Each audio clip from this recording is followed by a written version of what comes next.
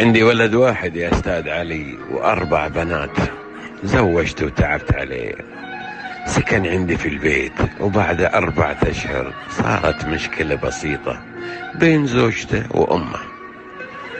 على ضوءها طلع من البيت يا أستاذ وسكن عند عمك، مي مشكلة، شهر شهرين 3. الآن مرت 1.5 سنة يا أستاذ علي وما يجي ولا يسأل عنا، أمه تمرض ما يسأل، أنا أمرض، راحوا خواته، ما في فائدة. يعني أنا ما أنا محتاج ماديا، الحمد لله بخير، بس الآن أمه في الإنعاش بين الحياة والموت، تقول ما ودي أغمض عيوني في هالدنيا قبل لا أشوف ولدي. يا أستاذ أنا أدري إن في ناس واجد يسمعونك، تكفى قول لي شيء. شو أقول لي يا أستاذ؟ شو أقول لي يا حجي؟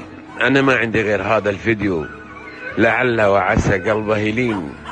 هذا كلب مو راضي يترك صاحبه عشان يودون المستشفى لأنه واقع. يعني يكون الكلب أوفى من البني آدم، الكلب أوفى من الإنسان لأهله. أتمنى لما يشوف هذا الفيديو يرق قلبه. ما نبغى نقول نعيب زماننا ولا عيب فينا، ولو نطق الزمان ولنا هجانا، فليس الذئب يأكل لحم ذئبا ونأكل بعضنا بعضا عيانا. الذئب ما يأكل صاحبه، أو الذئب ما يأكل صاحبه، الكلب وفي مع صاحبه، احنا ما نكون أوفياء مع أهلنا. الله المستعان.